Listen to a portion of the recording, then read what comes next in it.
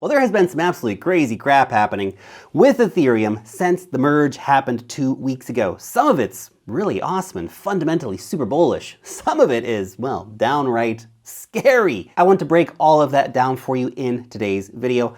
I'm Lark. I make videos on investing. If you like that topic, make sure to subscribe to the channel. Leave a thumbs up on this video if you do like this kind of content. So let's start off with this. JP Morgan, they're concerned trolling Ethereum, spreading FUD that just a few entities now control the majority stake of staked Ethereum. And if you look at a chart like this one here, it all seems really scary. Just 3 entities run the whole network, or a majority of the network, right? Lido Finance accounts for almost 30%, Coinbase 15%, and Kraken 8%. Now, if they collude together to censor transactions, well, it's going to be big trouble. But these stats are actually highly deceptive because actually the biggest single entity is not Lido Finance, it's Coinbase at 15%. And 15% is big enough, but not exactly a majority share now, is it? But Lark, Lido's 30%. This is true, but Lido's actually a front end for more than 24 different validators, each of which, if we were to average it out, only controls about 1.2% of the staked Ethereum. Now, can Ethereum's decentralization be better? Of course it can, but it's hardly the nightmare scenario that Bitcoin maximalists would like you to believe that it is. And even if you really think that this is a really big concern,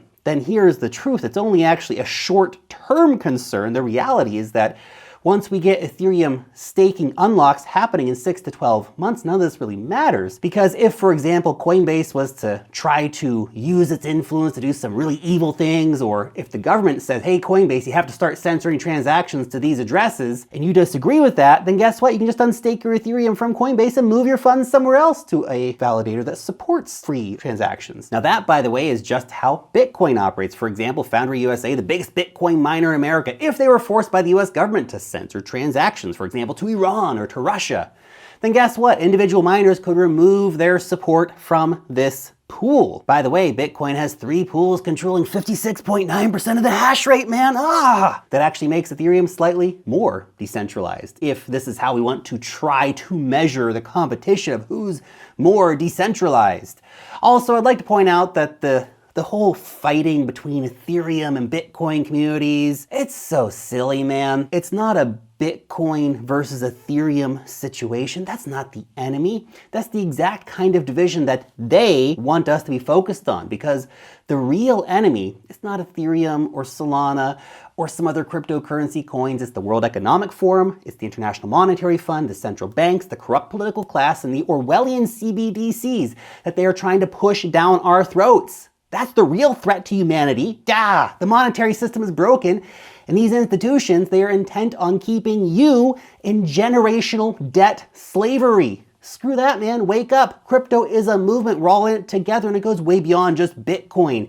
The real fight shouldn't be against organizations, like the Ethereum Foundation. It should be against organizations like the SEC, man. The SEC, by the way, trying to argue that every proof of stake system is a security. That's total BS, by the way. Meanwhile, on the other side, there are people trying to ban proof of work mining due to the ESG scam. Right? And of course we have XRP, which has been under attack for a long time by the SEC. We should all be rooting for XRP to win their case against the SEC, because the SEC is a criminal organization. Because if we let the SEC and other 3-letter organizations get their way, then all we are going to have left after they've crushed crypto are the nightmarish CBDCs, and that's not a future I want for me or my children.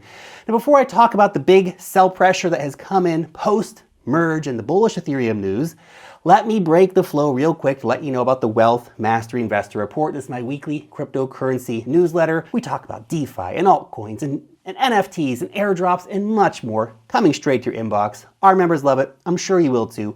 Please sign up using the link down below in the description, and it's free to sign up, so check it out. So let's talk about the big sell pressure forces that Ethereum has faced over the last few weeks. First, we have had whales reducing their holdings, literally selling the news immediately after the merge happened. This chart right here shows a big drop in Ethereum among all top ranking addresses, whether that's people holding between 10 and 100 Ethereum or 1,000 and 10,000 Ethereum. Everyone was selling their ETH.